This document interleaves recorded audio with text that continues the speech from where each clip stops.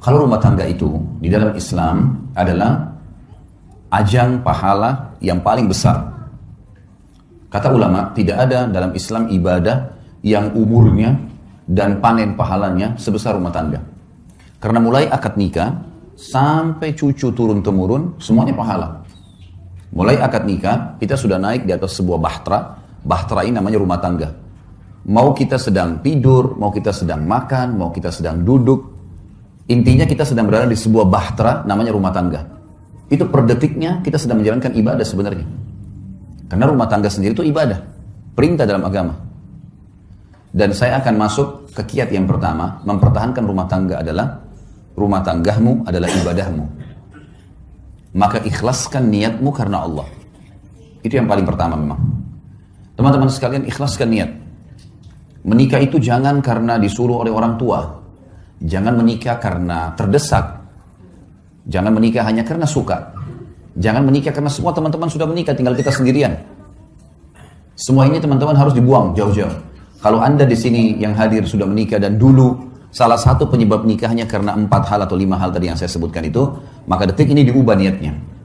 Karena kalau orang niatnya hanya karena disuruh oleh orang tua, niatnya hanya karena teman-teman sudah terlanjur nikah, sudah terlanjur ada rasa suka, ya, atau semua teman-teman sudah menikah sementara kita belum, akhirnya terdesak harus menikah. Ini semua tidak dinilai ibadah. Memang harus diniatkan, saya menikah karena perintah Allah dan Rasulnya. Sebagaimana kalau saya sholat karena perintah Allah dan Rasulnya. Sebagaimana kalau saya puasa Ramadan karena perintah Allah dan Rasulnya. Saya haji dan umrah karena perintah Allah dan Rasulnya. Coba bayangkan kalau ada orang pergi haji, tujuannya dari awal niatnya adalah belanja. Misal, nanti kalau saya di Mekah saya mau belanja ini, saya mau belanja itu, kalau saya di Madinah mau beli ini dan seterusnya. Dicampur baur antara niat ibadahnya sama niat belanjahnya. Bahkan ada orang karena niatnya belanja, pada saat umrah buru-buru mau selesaikan. Gak dinikmati tawafnya, gak dinikmati sa'inya, gak dinikmati zikirnya, doanya, buru-buru. Bagaimana selesai? Masuk pasar belanja. Beda dengan orang dasarnya niatnya ibadah. Orang kalau niat ibadah Bapak Ibu sekalian, maka semua jadi mudah. Saya kasih contoh. Kalau ada orang pergi haji, niatnya ibadah, haji itu capek loh. Berangkat dari Jakarta saja misalnya ke Jeddah 9 jam. Belum masuk ke Mekah sejam 2 jam sampai di hotel. Belum kita harus tinggal di Mina, di kemah, jumrah, panas matahari, desak-desakan sama orang. Kemudian juga ada Muzdalifah, ada Arafah. Paket, capek sebenarnya, letih, gitu kan. Setiap azan kita langsung ke masjid, walaupun jarak hotelnya jauh. Tapi subhanallah, orang kalau niatnya ibadah, pulang haji ditanya, Bapak Ibu yang sudah capek nih, sudah 40 hari di sana, 30 hari di sana, tanya, mau haji lagi nggak? Pasti jawabannya mau. Kalau orang niat ibadah, dia mau lagi. Suka dukanya semua jadi mudah. Yang panasnya, yang makanannya kehabisan, yang hotelnya jauh, terlupakan semua. Yang antri panjang di imigrasi, dilupain semuanya. Karena niat ibadah itu berbeda. Orang kalau bangun sholat malam, dia niat memang ibadah karena mau berkomunikasi dengan Allah, mau beribadah kepada Allah, lain. Dengan orang yang hanya kebetulan pasangannya bangunin, supaya dia bangun sama-sama. Atau mungkin karena teman-temannya lagi kebetulan nginap, misalnya di satu tempat seperti ini, nginap, kemudian teman-temannya semua buat program bangun sholat malam, lalu dia ikut-ikutan. Beda sekali. Makanya harus diniatkan dari awal ibadah. Ada sebuah kata kunci dalam masalah ini. Semua yang berhubungan dengan kita teman-teman sekalian, di muka bumi ini, tanda kutip ya, tanda kutip, adalah boneka-boneka yang sedang Allah titipkan.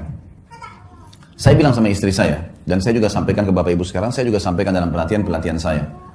Kalau kamu, saya bilang sama istri saya, adalah titipan Allah kepada saya anggap kamu tanda kutip boneka, tanda kutip yang Allah titipkan, mengatakan Khalid ini istrimu. Didik dia, lindungi dia, berikan dia hasil keringatmu, nafkahmu. Karena saya, maka saya akan berikan pahala, kau masuk surga. Saya bilang sama istri saya, sebaliknya, kamu juga begitu. Kamu menganggap saya, tanda kutip, adalah boneka, tanda kutip ya, yang Allah titipkan. Ini suamimu ya. Layani dia, cuciin bajunya, buatin masakannya, biologisnya, didik anaknya, jaga amanah rumahnya. Karena saya, kata Allah, saya kasih pahala, mati, masuk surga.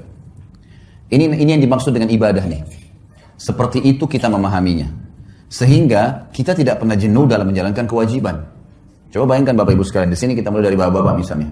Istri kita nggak pernah kita kenal sebelumnya. Begitu menikah, kita setengah mati banting tulang di luar sana, nagih utang, jual produk, bangkrut usaha, segala macam. Setelah selesai dapat hasil, kita tinggal kasih kepada istri kita. Dia yang makan, dia yang beli baju, dia yang menikmatinya. Kalau bukan karena niat ibadah, bisa saja seorang laki-laki bilang, siapa perempuan ini enak benar. Hasil keringat saya tiba-tiba langsung diambil saja. Satu sisi. Ibu-ibu juga bisa begitu. Begitu akad nikah, mungkin di rumah ayahnya tidak pernah bekerja. Tiba-tiba menikah, laki-laki yang tidak dikenal, cuciin bajunya, siapin sarapannya, layani biologisnya, segala macam. Hamil anaknya dia, spermanya dia. Kalau bukan karena ibadah, orang akan berpikir, siapa laki-laki ini? Gitu. Makanya sering terjadi pertengkaran-pertengkaran dalam rumah tangga kadang-kadang dengan hal-hal yang kecil saja, karena memang dari awal bukan niatnya ibadah. Kalau ibadah pasti akan berbeda. Karena kita tahu suka dukanya akan ada, makin berat sesuatu yang kita jalankan, maka kembali kepada hadis Nabi SAW. Nabi bersabda dalam hadis Bukhari Muslim, Inna idhamal ajri ma idhamal bala. Allah akan memberikan balasan yang besar sesuai dengan kadar beban yang sedang diberikan. Emang begitu. Beda pahalanya orang pergi sholat musim dingin, susah sekali, kalau mungkin di negara Eropa yang lagi musim salju dingin, dengan orang yang pergi sholat, cuaca lagi enak. Ada cobaannya, lebih besar pahalanya. Beda semuanya, Allah menilai sesuai dengan kadarnya. Kita menikah, ada cobaan, ada ipar, ada tetangga, ada mertua. Mungkin ada cobaan-cobaan dari mereka. Tapi kalau niat ibadah, kita akan laluin. Karena ini semua ibadah. Saya tidak mungkin menikah dengan suami saya saja atau istri saya saja. Tapi saya juga tanda kutip menikah dengan keluarga mereka nih. Tidak mungkin dihapus status orang tuanya. Makanya banyak orang kalau tidak niat ibadah, mertuanya kalau datang, mungkin karena mertuanya cerewet misalnya. Maka dia menganggap, tidak usah datang deh. Bahkan tidak mau ikut sama suaminya atau sama istrinya kalau mengunjungin mertua. Bagaimana caranya kita hapus status mertua itu? Status orang tua dari pasangan kita? Nggak mungkin. Bagaimana caranya kita hapus status saudaranya yang merupakan ipar kita? Selamanya itu status, nggak bisa dihapus. Tidak ada mantan orang tua, tidak ada mantan saudara, gitu kan. Maka ada orang yang tidak bisa menerima ini hanya karena cobaan-cobaan yang ringan. Permasalahannya karena dia tidak jadikan ibadah. Mertua cerewet, ya sudah, konsekuensinya. Cobaan sedang ada, sederhana dalam Islam. Sabar, terima sabar. Layani apa yang kita mampu, niatkan ibadah. Jadi mudah semua kalau ibadah itu. Yang kita dicerewetin segala, ya sudah, kita tenang aja. Ada yang kita perlu jawab, kalau enggak usah. Sabar itu adalah menerima takdir Allah. Kita bangun pagi, flu. Sabar, gimana caranya? Terima dulu flu itu sebagai takdir Allah, lalu kemudian ikhtiar, cari jalan keluar. Nah itu sabar. Berarti kita bukan berarti tidak sabar kalau kita malah ikhtiar. Kita menerima keadaan, kita nasihatin, coba kita layanin, bersabar. Allah maha melihat kok. Niatin ibadah ini penting sekali.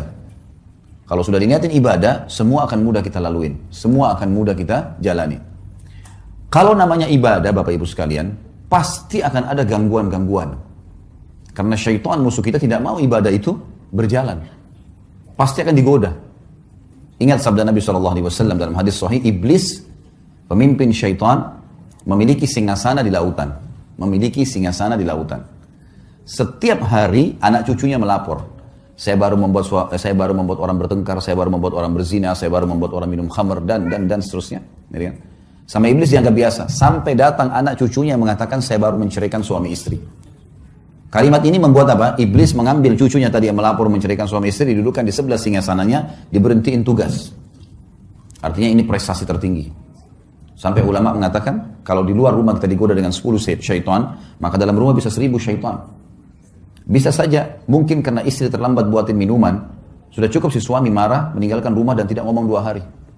Bisa saja, suami lupa memberikan pesanannya istri, sudah cukup untuk bertengkar, 2 hari nggak ngomong, bahkan sudah bisa mengucapkan kalimat cerai.